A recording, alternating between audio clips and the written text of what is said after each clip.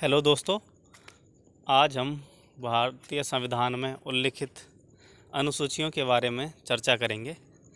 सबसे पहले अनुसूचियां संविधान में ऐसी लिस्ट हैं जो किसी विशेष विषयों के बारे में उल्लेख करती हैं। भारतीय संविधान में मूल रूप से 8 अनुसूचियां थीं, जबकि बाद में 4 अनुसूचियों को जोड़ा गया है। अभी वर्तमान में भारतीय संविधान में 12 अनुसूचियां हैं। प्रथम अनुसूची में राज्यों और संघ राज्य क्षेत्रों का वर्णन है। पहली अनुसूची में यह बताया गया कि भारत कितने राज्य हैं और संघ शासित प्रदेश कितने हैं। वर्तमान में अगर देखें तो भारत में 28 राज्य और 8 केंद्र शासित प्रदेश हैं, क्योंकि जम्मू कश्मीर एवं लद्दाख को 2 केंद्र शासित प्रदेश बना दिया गया। साथ ही दमन और दीव एवं दादरा और नगर हवेली को मिला दिया गया है। इस प्रकार 8 केंद्र शासित प्रदेश हो गए हैं। दूसरी अनुसूची है राष्ट्रपति।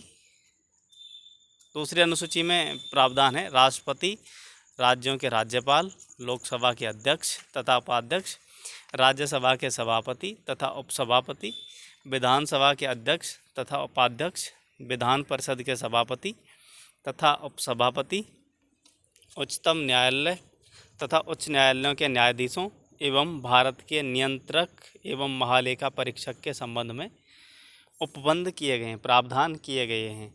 ये मुख्यतः उच्च संवैधानिक पद हैं जिनका प्रावधान किया गया है। तीसरी अनुसूची में शपथ या प्रतिज्ञान के रूप में के प्रारूप के बारे में बताया गया है, और इसमें बताया है कि पद और गोपनीयता की शपथ के बारे में बताया है कि कौन कौन व्यक्ति और किस तरह की शपथ लेते हैं। चौथी अनुसूची में राज्यसभा में सीटों का आवंटन किया गया है। चौथी अनुसूची में यह बताया गया है कि राज्यसभा में सीटों का आवंटन किस प्रकार से किया जाए।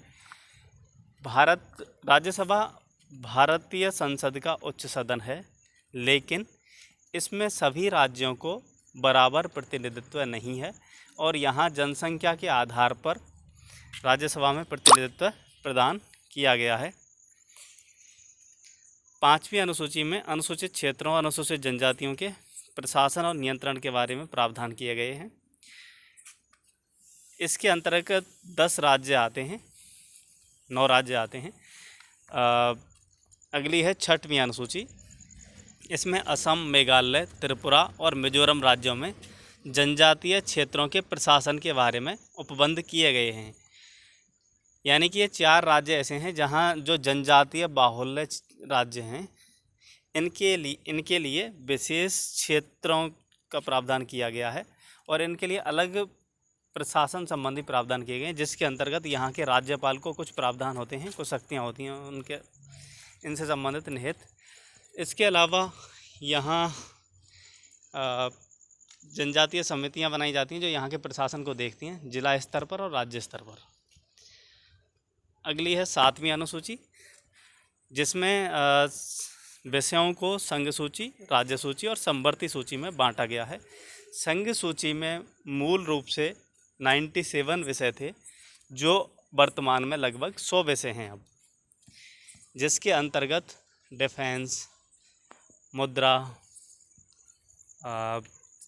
रक्षा, पोस्टल, बैंक, इस तरह के विषय आते हैं। दूसरा है राज्य सूची। राज्य सूची में 66 विषय थे, 66 विषय, जो अभी 61 विषय हैं, कुछ घटा दिए हैं इसमें से। और तीसरी है समवर्ती सूची। समवर्ती सूची में मूल रूप से 47 विषय थे और वर्तमान में 52 विषय हैं। अगला है 8वीं अनुसूची। 8वीं अनुसूची मान्यता प्राप्त भाषाओं की सूची है, जिसमें वर्तमान में 22 भाषाओं को शामिल किया गया है। 9वीं अनुसूची में विशिष्ट अधिनियमों और विनियमों के सत्यापन के प्रावधान हैं। प्रथम संविधान संशोधन अधिनियम 1951 के माध्यम से एक नई अनुसूची जोड़ी गई, 9वीं अनुसूची, जिसमें भूमि संबंधी कुछ विषयों को जोड़ा गया ताकि उनको न्यायालय के क्षेत्राधिकार से बचाया जा सके। 10वीं अनुसूची में दल परिवर्तन के आधार पर निर्भरता के बारे में उपबंध हैं। 10वीं अनुसूची में यह बताया गया है कि अगर यह भी नया जोड़ा गया है और इसमें यह बताया गया कि यदि कोई व्यक्ति दल बदल करता है तो उसको डिस्क्वालीफाई किया जा सकता है, यानी उसको अयोग्य करार दिया जा सकता है और पार्टी उसको निष्कासित कर सकती है। 10वीं अनुसूची 1985 में 52वें संविधान संशोधन के माध्यम से जोड़ी गई थी। अगला है 11वीं अनुसूची। 11वीं अनुसूची में पंचायतों के अधिकार, प्राधिकार और दायित्वों का प्रावधान किया गया है। 73वें संविधान संशोधन 1993 के माध्यम से एक नया एक्ट लाया गया और एक नई अनुसूची जोड़ी गई, 11वीं अनुसूची। अगली अनुसूची 12वीं अनुसूची नगर पालिका के अधिकार, प्राधिकार और दायित्व है।